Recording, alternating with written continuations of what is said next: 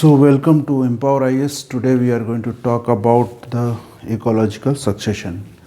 Ecological succession basically refers to the replacement of one community by another community.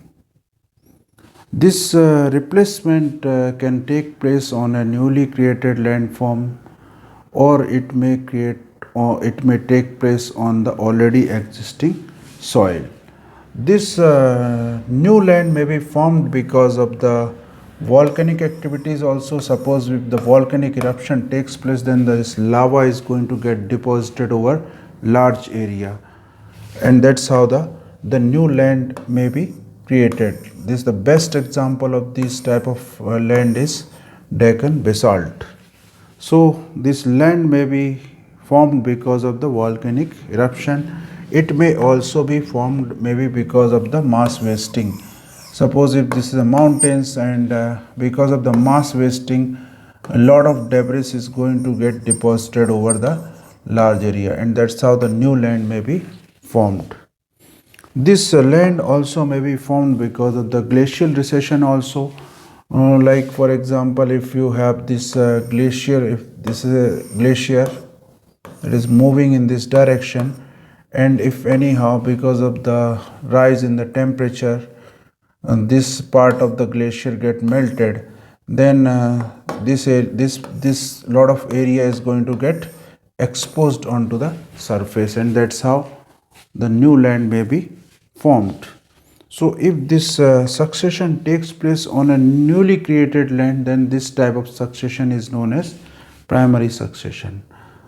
This succession also can take place on already existing soil. If anyhow, suppose if this is a soil, and earlier the plant was existing here, and maybe because of the some exogenic, some external influence, or maybe because of the activity of this plant themselves, if this plant may get succeeded by another type of community, then this type of succession will be known as a secondary succession. So how this can take place? Whenever actually if the plant, suppose in this place, if this plant has got themselves established, so what exactly this plant generally does, they also try to actually change the climatic condition of this particular place. So maybe after some period of time, this plant may alter this climate in such a manner that this climate will not remain suitable for this plant themselves anymore, and that's why the new type of community will replace this plant, which will be more suitable to this environmental conditions. So that's how the interaction between plant and the environment keep on taking place.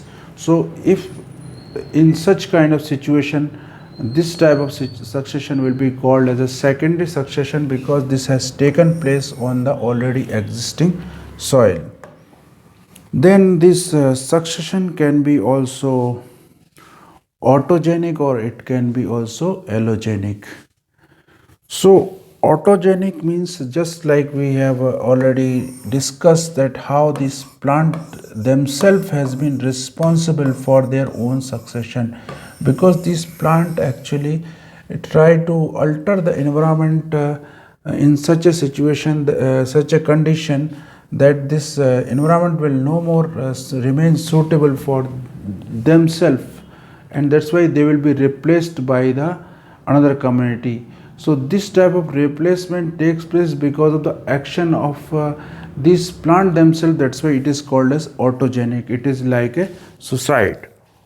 Or this succession also may take place because of the anthropogenic activities.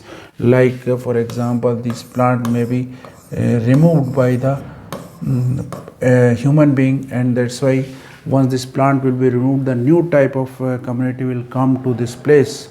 And the best example of this type of succession, allogenic succession, is the shifting cultivation, which is practiced by the tribes in the equatorial forest, where they actually, once they remove this plant cover, then the different type of community which is known in some places as a belugar actually replace this dense forest, and that's how this succession takes place. So this type of succession is known as allogenic succession, because this type of succession has taken place because of the activity of human being, anthropogenic. Then this succession also can be classified on the basis of whether the plant community has been succeeded by the plant themselves or the plant community has been succeeded by the animals.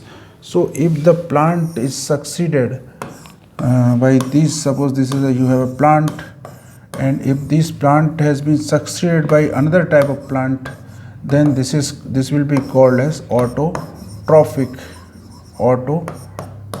succession. And if this plant community gets succeeded by the some animal community here, then it may be considered as a what is called as heterotrophic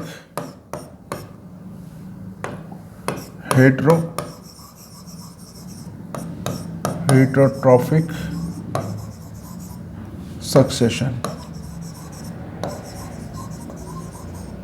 So depending upon exactly whether the plant is succeeded by the plant themselves or they are succeeded by the animal community, we can actually call this succession or either autotrophic or heterotrophic. So that's how we can classify the succession into different types.